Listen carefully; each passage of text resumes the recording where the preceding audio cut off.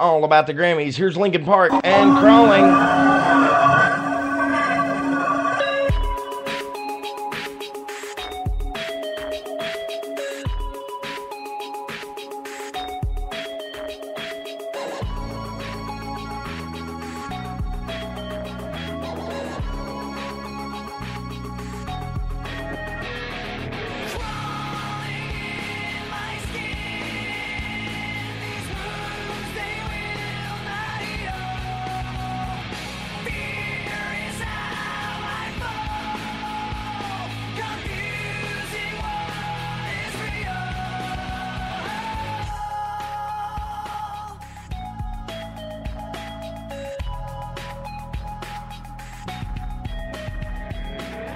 Something inside me that pulls beneath the surface, consuming, confusing. This lack of self-control I fear is never ending, controlling.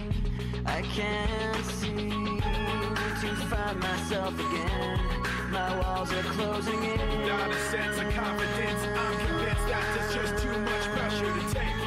I felt this way before, so insecure. Crawling in my skin. These wounds, they will not heal. Fear is how I fall. Confusing what is real. Discomfort endlessly has pulled itself upon me. Distracting, reacting. Against my will I stand beside my own reflection. It's haunting how I can't seem to find myself again. My walls are closing in. Not a sense of confidence. I'm convinced that there's just too much pressure to take. I felt this way before, so insecure.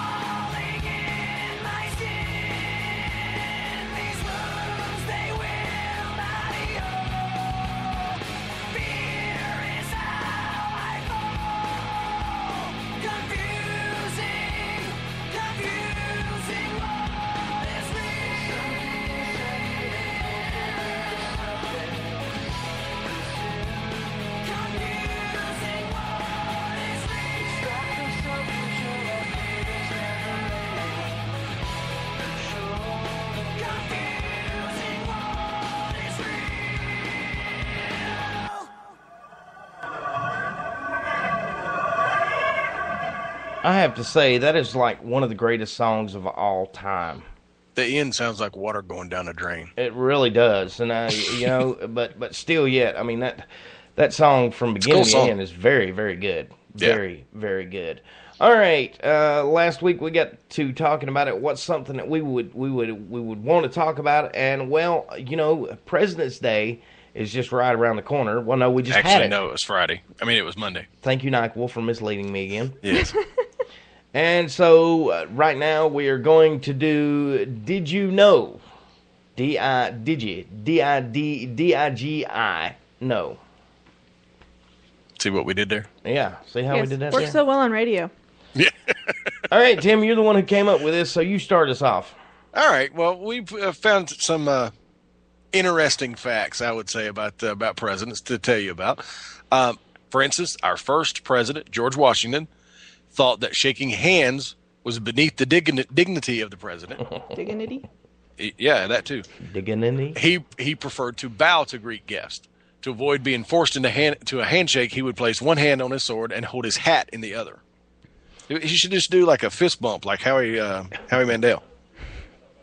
Give me some pound. Yeah, we just did that. Me and Laura just did that. See? Yeah.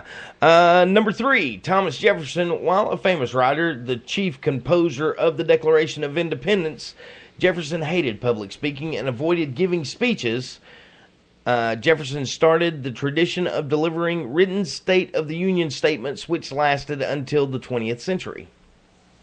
So they didn't do a speech. He just like handed in a book report. Right. Also, let's see, what else do I have here? James Monroe. In his re-election, Monroe ran unopposed for the presidency. He failed to receive all the votes in the Electoral College, however, when a rogue member cast his ballots for John Quincy Adams. So he ran unopposed. And still didn't get all the votes. Yep. James Polk was elected on a promise not to run for a second term in office. Wow.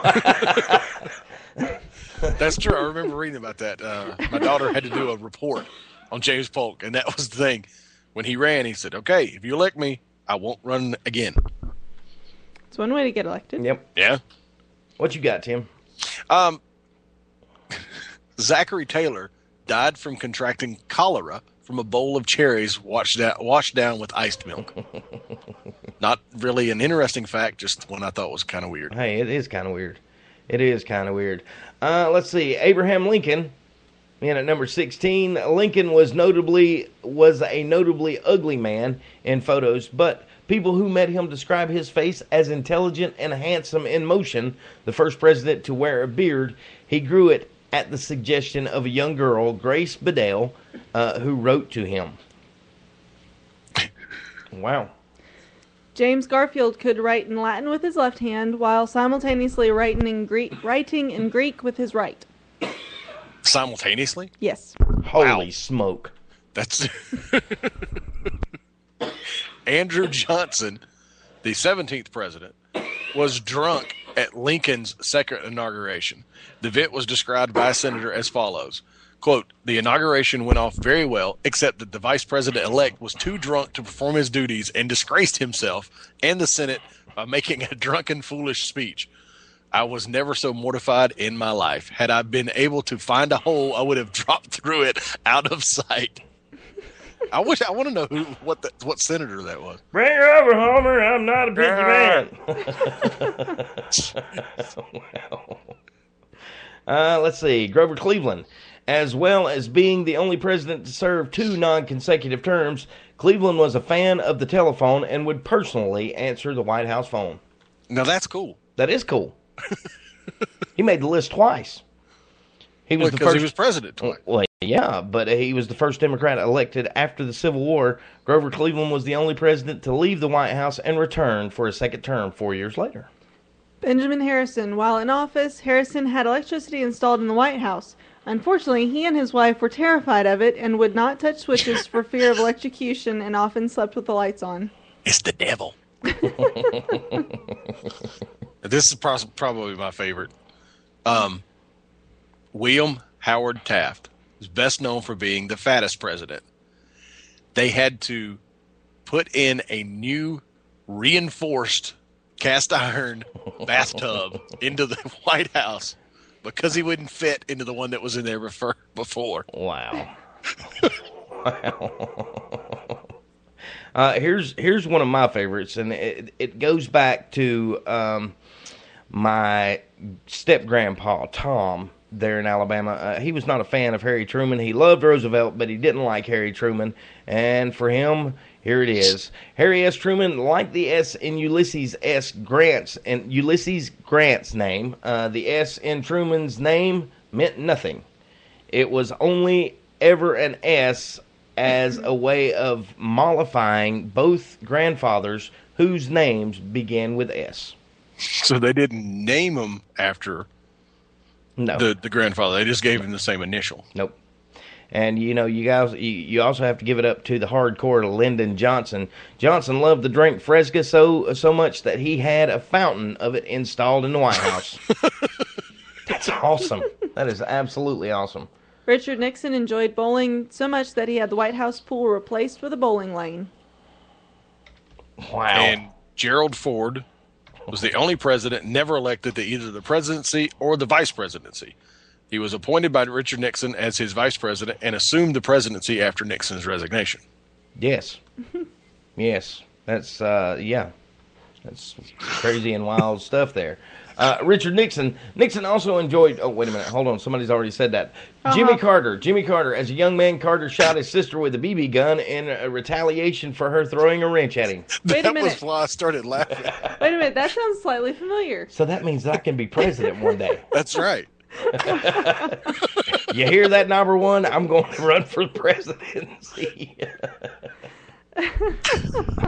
Wow. George Bush is the president with both the highest and lowest recorded approval ratings. They peaked after 9/11 and slumped after Hurricane Katrina. Now, that was George W. Bush. Yes. His ditty, George H.W. Bush. I think this is my favorite from the whole list. While visiting Japan, Bush vomited at a banquet hosted by the Japanese Prime Minister. The event coined a new Japanese phrase, Bushashuru, literally meaning to do the Bush thing. So you have a new Japanese word coined for you. And not for a good thing. That is the best ever. Wow. So there it is. Did you know, folks? Coming up, we're going to be talking a little bit about our tube. Well, actually, it's Tim and Laura's time to share. They're going to be looking at some of their favorite videos on YouTube. And we'll be looking at them. You'll be listening to them. I am listening to them. I will be listening to them. And we've also got some great music lined up for you tonight. We're going to hear music from, let's see, Stevie Wonder, Billy Joel, Usher. We're also going to be hearing the duct tape. The duct tape rotates around the Grammys, too. But, Tim, tell them what they can do with us on Twitter. Well, you can stalk us like an old ex-girlfriend on Twitter. Just go to @NinjaTrollShow on Twitter, and you'll get all the updates you need about the Ninja Troll Show. There you go. There you go. Oh, and for the record, we now have 2302 listens on the Ninja Troll Digicast. So for everybody who listens to us and downloads us and is here with us live, we want to say thank you, thank you, thank you. Absolutely. Mm-hmm. All right, well, here we go. This is some angry rock. Here's Alanis Morissette, and you already know. I want you to know that I'm happy for you. I wish nothing but the best for you both. I know the version of me. Is she perverted like me? Would she go down on you in a theater? Does she speak eloquently? And would she have your baby? I'm sure she'd make a really excellent mother. 'Cause the love that you gave every day wasn't able to make it up for you to be open wide. No. And every time you speak her name, does she know how you told me you love the world till you died? Till you died, but you're still alive. And I'm here to remind you of the mess you left when you went away. It's not fair to deny me of the cross I bear that you did to me.